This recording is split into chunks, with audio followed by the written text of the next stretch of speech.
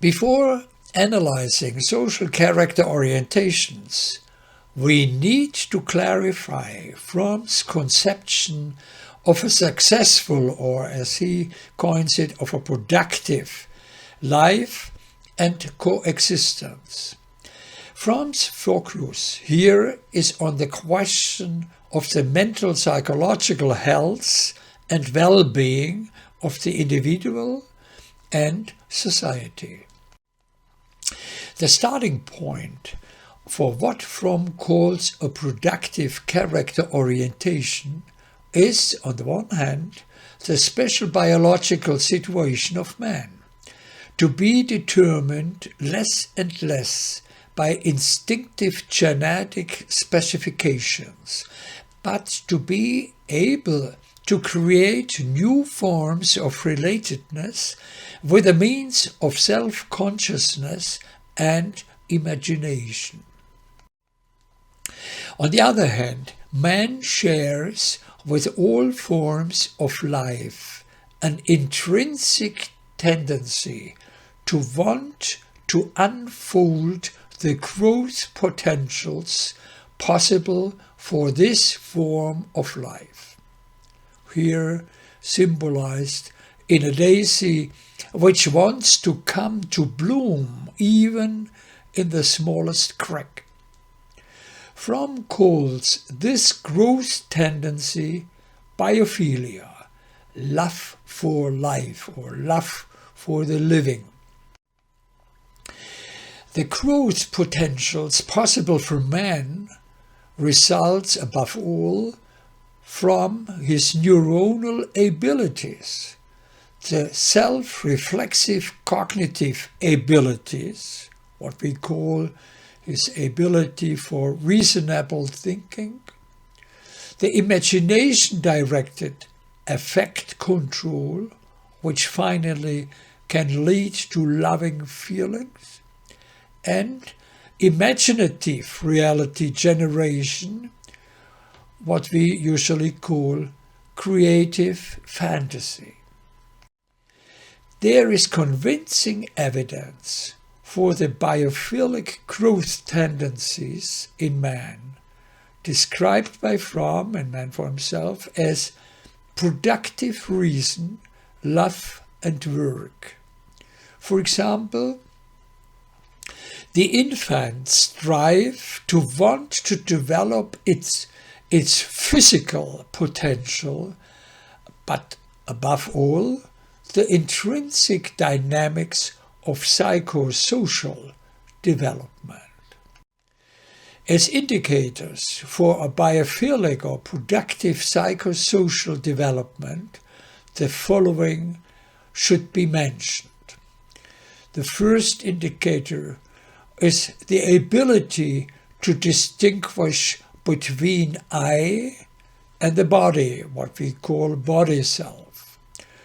The difference be able to distinguish between the I and the non-I, what leads to the ability for a sense of identity and for what we call the ability to see an object as an object.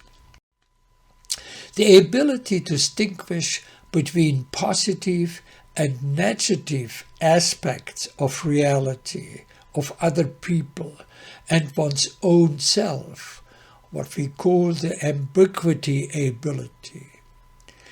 Or the ability to tolerate ambiguous perceptions and feelings, that is, to feel both and not only either or, in others and in oneself, and not to project and split it. This ability we call the ability for ambivalence. The ability to distinguish between I and an affect or a feeling. That is to say, the ability to control our affects. The ability to distinguish between I and what is my desire, I and what is a fantasy, I and what is only virtual or a fiction. That's what we call reality control or sense of reality or objectivity. And the ability to distinguish between socially given and own value concepts, which finally leads to an individualized social self-esteem. All mentioned abilities or competencies are indicators for a biophilic growth tendency, which, however, can only develop in humans under the stimulating and containing influence of auxiliary selves, of caregivers. To the extent that they can develop and are actually practiced, they become productive own powers of the human being, which give the human being an optimum of independence, of autonomy and freedom. If the development is hindered, the abilities develop only to a limited extent and will be lost again under stressful situations. And if the development is thwarted, instead of a biophilic growth tendency, a destructive, or as Fromm says, necrophilic decay tendency occurs. Thus, Fromm's theory of an innate biophilic growth tendency provides an open model of human nature. His core thesis is that a productive life and living together presupposes the practice of the optimally differentiated cognitive, emotional, and imaginative own powers of the human being.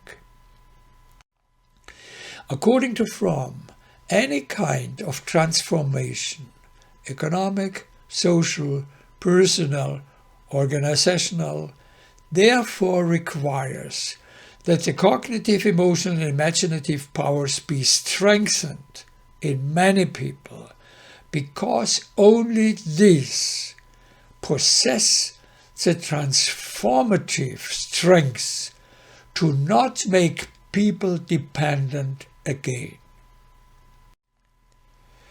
For social character orientations will be presented in this section: the authoritarian, the marketing, and the narcissistic character orientation, and finally the ego-oriented social character.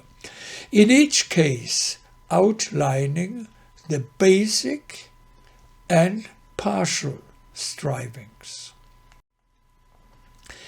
We will then consider which non-productive strivings and values are demanded and promoted in the social character concerned, and which productive forces of growth are not to be supported, but instead repressed where possible.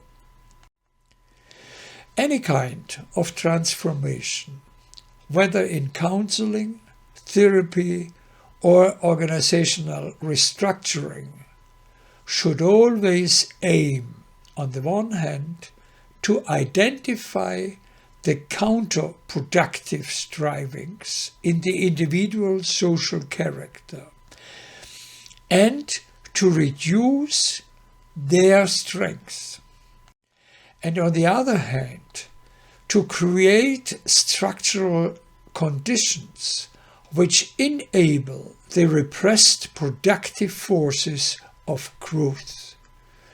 That is to say, their own powers to think, to feel, and to act, to be experienced and practiced again.